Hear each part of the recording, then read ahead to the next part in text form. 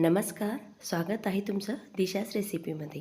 आज आपण बघणार आहोत दोन प्रकारचे आवळा कँडी, एक म्हणजे आंबट गोड आणि एक चटपटी आवळा कँडी असं बघणार आहोत। त्यासाठी मी आवळे घेतलेले आहे। आवळे हे स्वच्छ धुवून घ्यायचे आहे, कारण की आपल्याला आवळे वाफवून घ्यायचे आहे किंवा तुम्ही पाण्यामध्ये शिजवले तरीसुद्धा चालतील, पण मी वाफवून घेणार आहे। आता त्यासाठी मी एका मोठ्या भांड्यामध्ये पाणी ठेवून देईल। पाणी गरम होऊ देईल, त्यावर चाळणी आणि त्यावर आवळे टाकून द्यायचे आणि झाकण ठेवून कमीत कमी आपल्याला 12 ते 13 मिनिट वाफवून घ्यायचे आहे। आता बघा, तुम्ही बघू शकतात आवळ्यांचा कलर चेंज झालेला आहे, म्हणजे आपले आवळेसुद्धा व्यवस्थित शिजलेले आहे आणि पाकळ्यासुद्धा मोकळ्या होतात। थोडे गार होऊ द्या, थंड झाल्यावरती आवळ्याच्या पाकळ्या बघा किती पटकन आणि व्यवस्थित अशा निघतात। बीज वगैरे बाजूला काढून घ्यायची आहे, साल वगैरे काढण्याची गरज नाही। आता मी इथं अर्धा किलो आवळे घेतलेले आणि त्यामध्ये अर्धा किलो साखर टाकलेली आहे। आता मी अर्धे वेगळे सुद्धा काढून ठेवलेले आहे। आता यामध्ये साखर टाकून घ्यायची आणि मिक्स करून घ्यायचे आहे, कारण आता साखरेला आणि आवळे आपल्याला झाकून ठेवायचे आणि नंतर त्याला पाणी सुटतं, त्यासाठी छान असे मिक्स करून घ्या आणि झाकण ठेवून कमीत कमी 2 ते 3 दिवस झाकण ठेवून द्यायचं आहे। आता मी अर्धे वेगळे काढलेले होते, म्हणजे ते हे आवळे आहे। आता या आवळ्यांच्या छान छोट्या छोट्या फोडी करून घ्यायच्या आहे।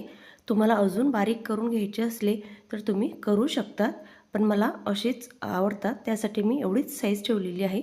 आता यासाठी आपण चाट मसाला तयार करून घ्यायचा आहे। त्यासाठी ओवा घ्यायचा, ओवा थोडा जास्त घ्यायचा, थोडंसं जिरं घ्यायचं, मीठ घ्यायचं।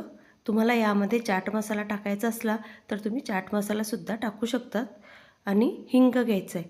हिंग आणि ओवा खूप महत्त्वाचा आहे। आता छान असं मिक्सरमध्ये बारीक करून घ्या आणि पूर्ण हा मसाला आपण बारीक चिरलेले आवळे होते त्यावर टाकून द्यायचा आहे। आता हा मसाला थोडा जास्तही झाला ना तरीसुद्धा चालेल। आता छान असं मिक्स करून घ्यायचं आहे आणि नंतर आपल्याला ही आवळा कँडी उन्हामध्ये सुकवायची आहे। छान अशी कडक सुकू द्यायची आणि आता उन्हामध्ये ठेवून द्यायची। ही आवळा कँडी सुकायला 2 ते 3 दिवस लागतात। छान अशी सुकू द्यायची। ही आवळा कँडी प्रवासामध्ये खूप छान लागते आणि खास करून प्रवासासाठीच ही आवळा कँडी घरी केली जाते। तुम्ही पण नक्की करून बघा। आता मी आंबट गोड आवळा कँडी बघून घेऊ। आता बघा, दुसऱ्या दिवशी साखरेचं सुद्धा पाणी झालेलं आहे आणि आता ही साखरेचं पाण्यामध्ये आपल्याला 2 ते 3 दिवस राहू द्यायचं आहे, म्हणजे आपल्याला रोज हे हलवून घ्यायचं आहे, मिक्स करायचं आहे। आणि तुम्ही जर नाही मिक्स केलं तर याला बुरशीसुद्धा येऊ शकते, त्यासाठी रोज मिक्स करा, हलवून घ्या आणि 3 दिवसानंतर तुम्ही बघू शकतात रस किती आवळा कँडीमध्ये मुरलेला आहे, म्हणजे आपली आवळा कँडी व्यवस्थित भिजलेली सुद्धा आहे आणि मुरलेली सुद्धा आहे। आता आपल्याला ही आवळा कँडी ही सुद्धा आपल्याला उन्हामध्ये सुकून घ्यायची आहे। आता पूर्ण आवळा कँडी गाळणीवर काढून घ्यायची आहे आणि नंतर तुम्ही कापडावरती सुकायला टाकली तरीसुद्धा चालेल। आता चटपटीसुद्धा तुम्ही बघू शकता छान अशी सुकू द्यायची आणि तुम्ही बघू शकता चटपटी आवळा कँडी किती मस्त घरच्या घरीच तयार झालेली आहे।